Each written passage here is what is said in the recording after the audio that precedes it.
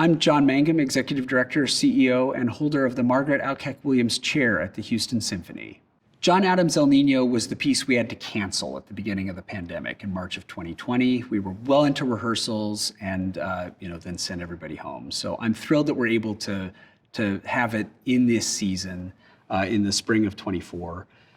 It's one of John's, for me, one of his great masterworks. He calls it an opera oratorio. And of course, John is one of the leading American composers before the public today, if not the leading American composer.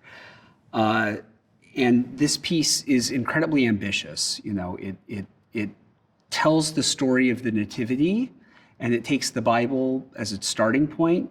People familiar with Handel's Messiah might recognize some of the passages that John sets in his music, but it calls a wide range of sources to enrich that narrative and add layers and complexity to it, from the medieval nun Hildegard of Bingen, composer and writer, medieval mystery plays, 20th century Nicaraguan, Chilean, and Mexican poetry, some words of John's own and his collaborator Peter Sellers, all sorts of things folded into this wonderful piece. The piece is, I think, a late 20th century, it premiered in 2000, a late 20th century sort of take on Handel's Messiah with its multicultural influences.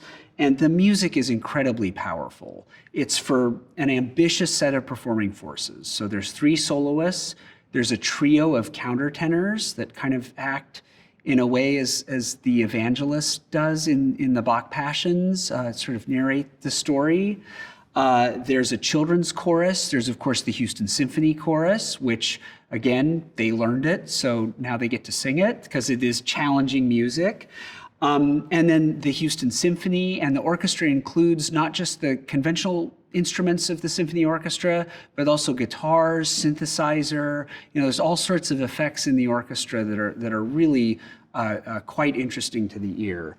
And the music is direct and powerful, and it just hits you right in the gut. It really is about communicating and connecting with the audience. It's a piece that's very much rooted in these musical and cultural traditions, but is also entirely John's own. It's entirely original. What he does with these things and the way that he works all this material, you get something that is really, for me, one of the culminations of his art as a composer. And not only to do it and to do it in Houston, where John had an important early breakthrough with Houston Grand Opera's performance of Nixon in China back in the 80s.